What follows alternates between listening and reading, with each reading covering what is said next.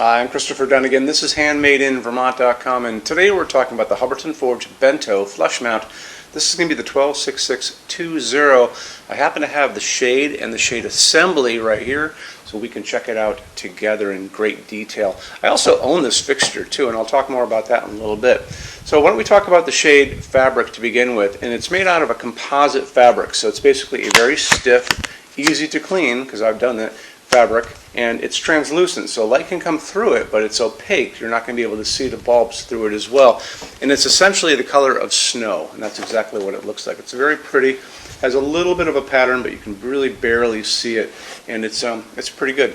I like it a lot. Matter of fact, like I said, I own this, and I own this in a bathroom, but I also have bought the companion sconce that goes over the bathroom mirror. And these surprisingly put out an amazing amount of light for what they are. Even though it says 75 watt max, and there's 2 sockets in there, I will go into lots of detail about the kind of bulbs that I put in and what I've used and tried over the time that I've had this. Plus, again, this is my showroom piece, so I've actually kind of beta tested a lot of bulbs in it, and I'll go into that too. Let's get into the size of the fixture itself. 5.4 inches from the very bottom to the ceiling itself. It's obviously a square 17.8 by 17.8. It's only 3.4 pounds, so it just hangs from a standard junction box. And to show you more information about that, we're going to look at the installations instructions now. So if you're on the page for this on Handmade in Vermont, look over on that side of the screen. Midway down, you're going to see a link. It's going to say click here for installations instructions PDF. So open that up, and you'll see a parts list. You'll see it's also a flat shade, actually 2 of them when you get it. Really simple to put together. You'll notice in that install sheet, this is the bottom assembly, and it's very easy to put together as well. And then it just goes on to the top piece, and it really hangs. So once you get the top fixture part of this installed and this part put together, you really just kind of scoop it under, you turn it a little bit, and it locks right into place. It's an amazingly good design. And it lets a lot of the heat escape because of the top of this is open. You notice that too. And that leads us to a couple other things. So we'll talk about the installations instructions. Now, when you look at this on the install sheets, you're going to notice the setup for the sockets are going to be on their side. So one is going that way, the other one's going that way. The max wattage Hubbardton Forge allows for incandescent. Remember incandescent bulbs? We used to use those. That's what this is. It's going to be 2 75 watt bulbs. But you know what? I don't think you should do incandescents. Why bother when there's so many great LEDs out in the world? So it's an A19 bulb. That's the recommended size for the incandescent, and that's what these 2 are as well. And you can use these. They're the same size, normal bulb size we all grew up with, incandescent LEDs. However, again, I would go for the LEDs. This is a newer version of LEDs. They're the clear ones called phosphorus. And then this is the old school LED, plastic cover on the top of it. Inside is a core with lots of little pads. These are easy to get. I can get them at my grocery store. I can get them at Home Depot. I can get them at a dollar store. They're just everywhere. However, I want to get a lot of light out of this, and I want to go beyond this. However, but circling back, I can find this in a 60 watt equivalent, I can find this in a 75 watt equivalent, and I found these A19s in a 100 watt equivalent, but I want to do maybe more than that, right? So why don't we keep going? So I've tested other bulbs in this, and you can go beyond the A19 if you just stay away from incandescent because of that heat. You want to stick with LEDs, and I have a couple here. This is an A20, and you notice how much larger it is than an A19, right?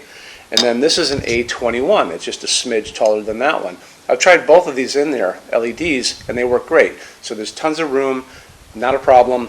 I can get this easy as a 100 watt equivalent. That's what this is. And I picked this up at Home Depot in a 4-pack, and it was really inexpensive. I thought that was pretty great. But I've also found this size, the A21s, in like 150, a 200 watt equivalent. Do you need the equivalent of 400 watts of light coming out of this? You might, but it's nice to have that opportunity. So it kind of just shows you when you look at some of the specs on these things and it says, oh, 275 watt max, you have to kind of go beyond that and look at the LED story. So I would probably go for this guy. I would probably go for a couple of the 100 watt equivalent clear phosphorus versions of this.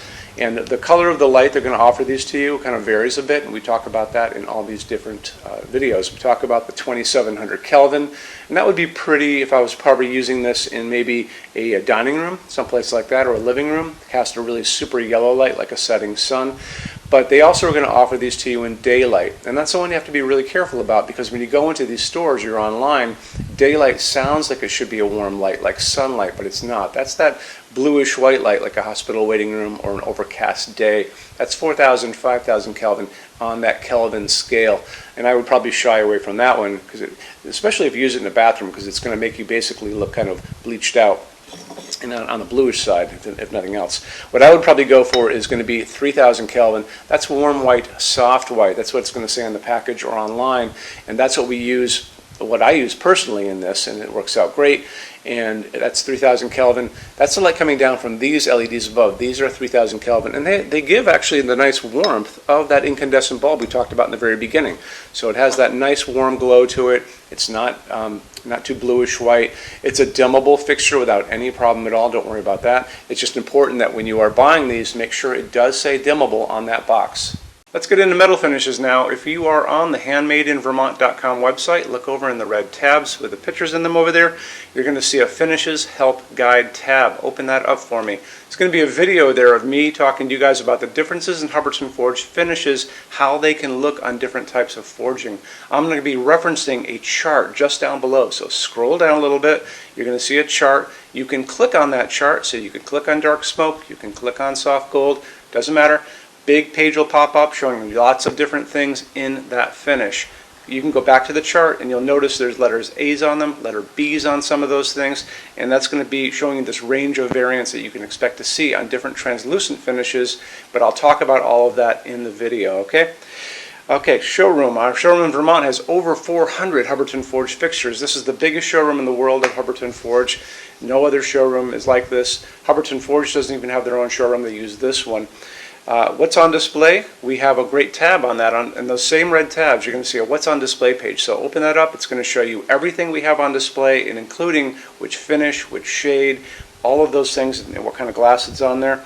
We're open every day except Sunday, 11 to 6. I'm here every day except Sunday from 10 a.m. to 6 p.m. Eastern Time. We also have an amazing clearance center. Clearance center stuff is 75% off MSRP. It's returns, discontinued stuff, showroom samples. You have to come here to use it. Can't call us or email us about it, but it's definitely worth coming in to look at if you're in Vermont. Plus, you want to use the showroom anyway because there's just so much great stuff here to see.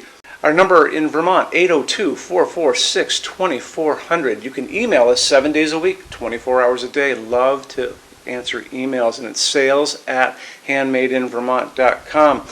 So when you order from HandmadeInVermont.com, shipping is going to be free to every state except Alaska and Hawaii. No tax if we ship out of the state of Vermont. And we're the only dealer with 90-day returns, no restocking fee. Nobody else does that. Some larger items are going to be non-returnable. It's going to be really important that you are looking at the fixture on that page and kind of scroll down under the description. It'll tell you if that is the case. And that's usually for really big, giant, huge fixtures, mostly that go out on pallets. Okay, that's it. Rush program. Let's talk about that. So rush program, Hubbardton Forge generally takes about 3 to 4 weeks to go out the door. That's production time before your transit time. You always have to add that on too. We offer a rush program that takes you from that 3 to 4 weeks down to a little under 2 weeks. It's a very small addition per line item. So if you have like 1, 2, 3 items, like let's say 3 or 4 outdoor sconces, and they're all the same size and they're all the same finish, that's one line item. So it's very inexpensive to rush those kind of things. Don't be afraid to email us and ask about that. Okay, so that's really it. If you guys have any other questions, let us know. We would love to see you in our showroom sometime. And thanks for stopping in.